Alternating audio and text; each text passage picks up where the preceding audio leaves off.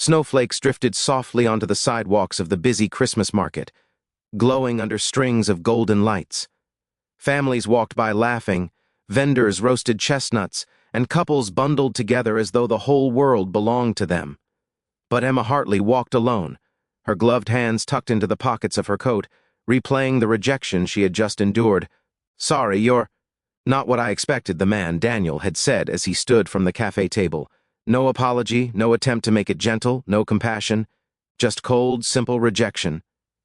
It stung, her first blind date in 2 years, arranged by her overly enthusiastic best friend, and she'd walked into the cafe hopeful, nervous, vulnerable.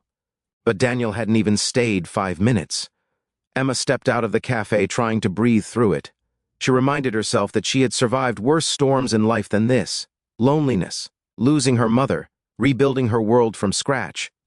But still, being rejected so easily, so casually, hurt in a way she didn't expect.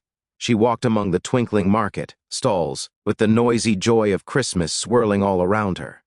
She told herself she was happy for the families crowding the street, even if a small ache rose in her chest as she watched a father lift his toddler to see a carousel.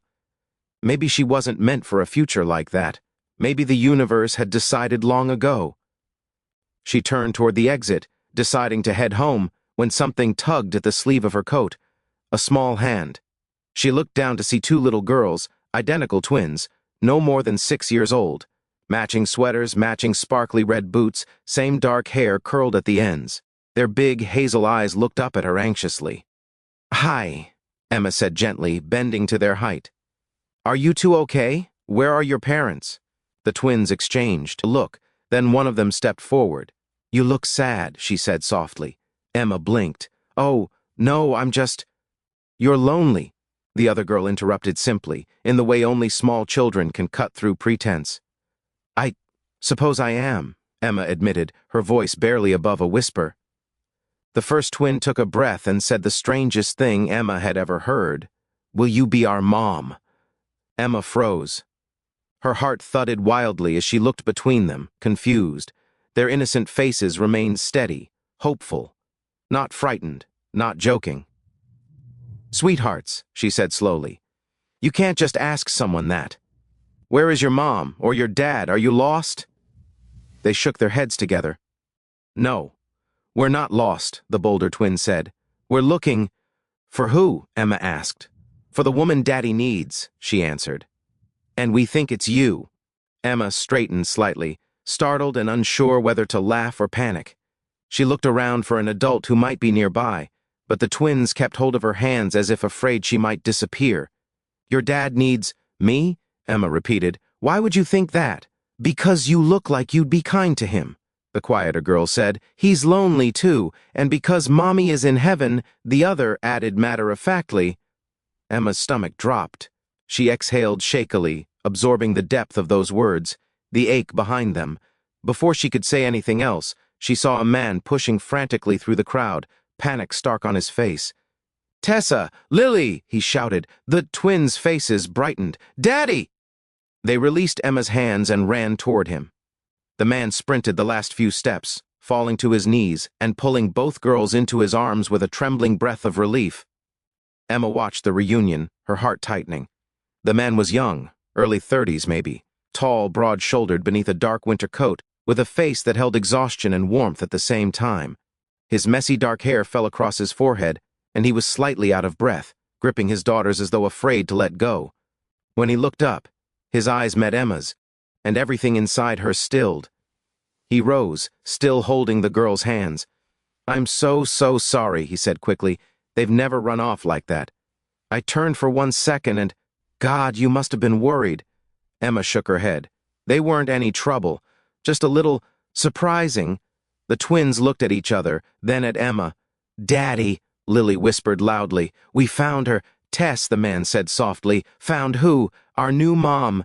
His face flushed instantly. "Girls, no, absolutely not, no.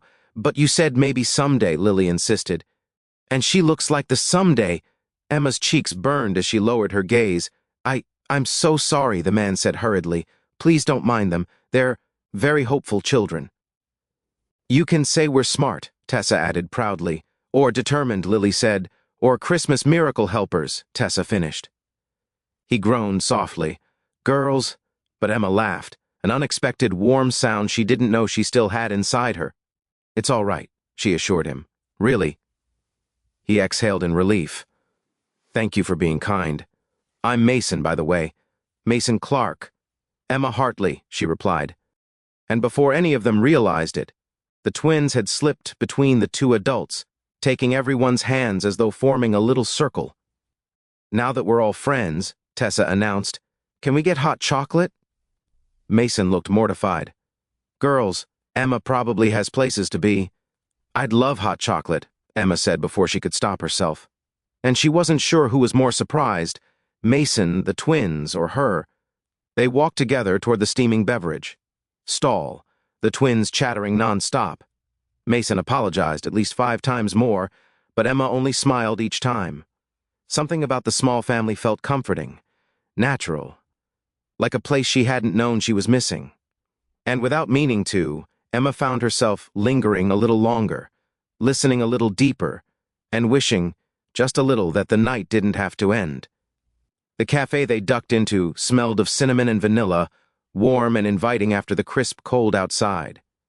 The twins scrambled into the booth first, giggling as they argued about marshmallows. Emma slid across from them, and Mason hesitated before taking the seat beside his daughters. Are you sure this isn't interrupting your night? He asked quietly. Emma shook her head. Trust me, it's better than how my night was going. Tessa leaned forward with wide eyes. Did someone make you sad? Emma hesitated, but their innocent faces made honesty easier. Yes, she admitted softly, a little. Mason's brow furrowed. Blind date? Emma blinked. How'd you know? He gave a small, self-deprecating smile. I had one last year. Lasted 10 minutes. She said she didn't want to date a man with baggage. He gestured gently toward the twins. These two didn't forgive her for weeks. Tessa crossed her arms. She was mean. We like you better. Emma smiled, a warmth blooming inside her. As the hot chocolates arrived, the twins dove into them with delighted squeals. Mason watched them, love and grief mingled in his expression. How long? Emma asked gently. He didn't pretend not to understand. 3 years, he murmured. Cancer. They were 3 when she passed. Emma's heart tightened. I'm so sorry. He nodded once, swallowing. I try my best, but they've been searching. He glanced at the girls. They talk sometimes about finding a new mom. I tell them it doesn't work like that. Unless fate helps, Lily whispered dramatically. Emma laughed again, as the conversation drifted from Christmas wishes to the twins' school play to Mason's work as a carpenter who built custom furniture. Emma realized she hadn't felt this comfortable with anyone in years. By the time they finished, the twins were dozing against each other, warm and exhausted from excitement. I should get them home, Mason said softly. Emma nodded, but disappointment flickered inside her. As Mason stood, he paused. Emma, thank you for tonight. I haven't seen them this happy in a long time. And you? Emma asked before she could stop herself. He looked surprised, then shy. I haven't been this happy in a long time either. Something fluttered in her chest. She stood too, helping him bundle the twins into their coats. Outside, snow drifted heavier now, the streets quieter, the Christmas lights glowing like stars. The twins stirred as Mason lifted them. Emma? Tessa mumbled sleepily. Yes, sweetheart. Will you come tomorrow? Emma blinked.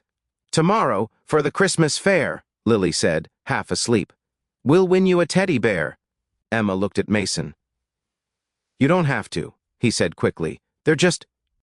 I'd love to, she said again, surprising herself even more this time. Mason's expression softened, something hopeful flickering behind his eyes. He walked her to the edge of the market, the twins resting sleepily against his shoulders. Snow settled gently on all 4 of them like a blessing. Good night, Emma, Mason said. Good night, Mason. She watched him walk away, disappearing slowly into the falling snow, but in her heart she knew something had changed. Something she never expected, something she couldn't ignore. The next evening, Emma found herself nervously walking toward the Christmas fair, again, feeling like a teenager with her first crush. She wore a soft red scarf, cheeks pink from the cold, and from anticipation she didn't dare admit. She spotted them first, two little girls bouncing excitedly, holding paper snowflakes, and Mason standing behind them with an anxious smile, as if unsure she would actually show up. When the twins saw her, they shrieked with delight. "She came! She came!" They barreled into her, hugging her legs. Mason exhaled in relief. "You made it," he said, his smile reaching his eyes. "I said I would," Emma teased lightly. They spent hours together, trying carnival games, watching carolers, feeding reindeer, and riding the decorated carousel where Emma laughed so freely that even Mason couldn't look away. Something grew between them, slow and warm like a rising sun. At one point, while the twins were busy decorating gingerbread cookies, Mason walked beside Emma through a row of twinkling trees. "I keep thinking I should apologize," he said quietly. "For what? For how much the girls already adore you, for how easy they make this, for the fact that I want this too." Emma felt her breath catch. "Mason," and Emma whispered into the snowy night, I think I've come home."